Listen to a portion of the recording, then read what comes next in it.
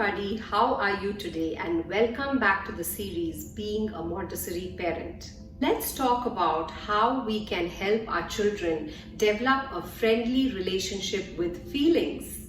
When our children feel feelings like happiness, joy, and curiosity, we are very happy and we don't find the need to resist this feeling that is happening in our children because we feel that these are good feelings.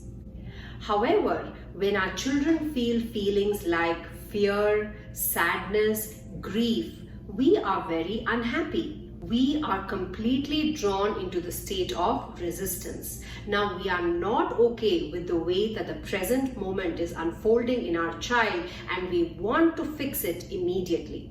So, in order to fix it immediately, we either distract the child in the form of turning the TV on, allowing them to watch whatever they want, giving them whatever they want, or distracting them and asking them to eat something which they like. When we do this, what we are teaching our children is that it is not okay for us to be feeling this, and therefore we need to be done with it and somehow fix the feeling into a state of happiness. This kind of running away from feelings or giving too much of importance to happy feelings is actually not helping our children in their emotional development. In order for our children to have a good relationship with feelings and make it beneficial for their emotional unfolding, let's first understand what are feelings and where do they arise from. Feelings have their own patterns and they generally arise from a thought.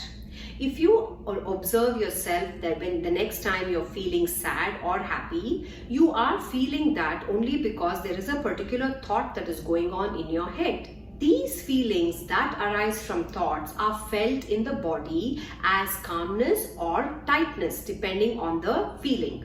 Once they appear at the body level, will go through a pattern and slowly will pass off. Now, if we can be so aware to catch the thought that is creating this feeling in us, and if we can identify where in the body and in what form is it manifesting in our body, then we are giving that thought the needed attention to just be there as long as it is there, and soon it will pass away without doing any damage physically or emotionally.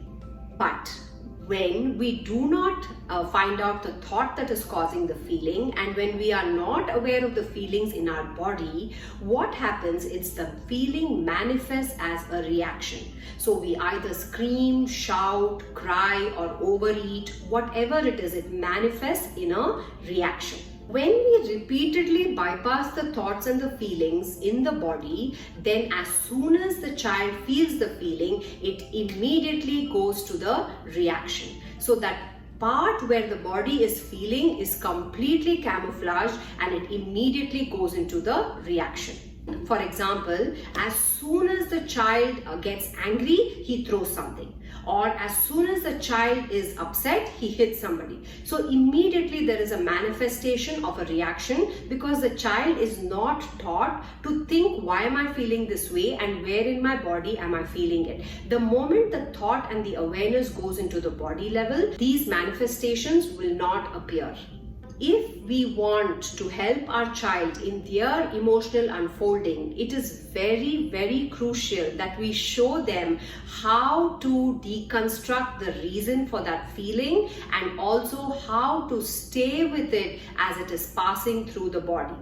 Show them how to sit still and allow the feeling to go by without having a reaction.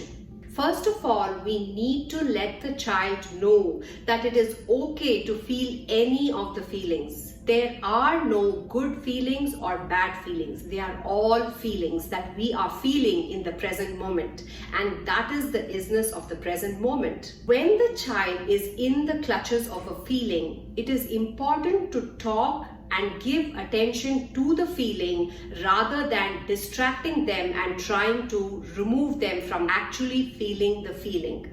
When you talk to them, you are helping them to deconstruct and try to find out why is it that they are feeling the way they are feeling. Show them how to sit still and let the feeling pass through them. When a child is angry, instead of telling them not to be angry or it is bad to be angry, it is important that we show them that it's okay to be angry. Let's sit down now and just breathe so that we can allow the anger to pass. Every feeling will pass just like it arises. I remember doing this with my children, and my daughter would come and tell me, I'm done being angry. And this is a very, very important skill. We have to give the child time to feel that feeling. You can't ask them to stop it right away, and they know when they are done. So when they come and say that they are done being angry, it means that the feeling of anger has passed by. And this is the time where maybe you can talk about trying to deconstruct and find out why in the first place did this feeling arise. This way, you are giving the feeling the required attention and taking care of it instead of ignoring it. Handling feelings in this way is immensely important for the emotional well-being of the child. So, it's time we start making friends with our own feelings and help our children make friends with theirs too.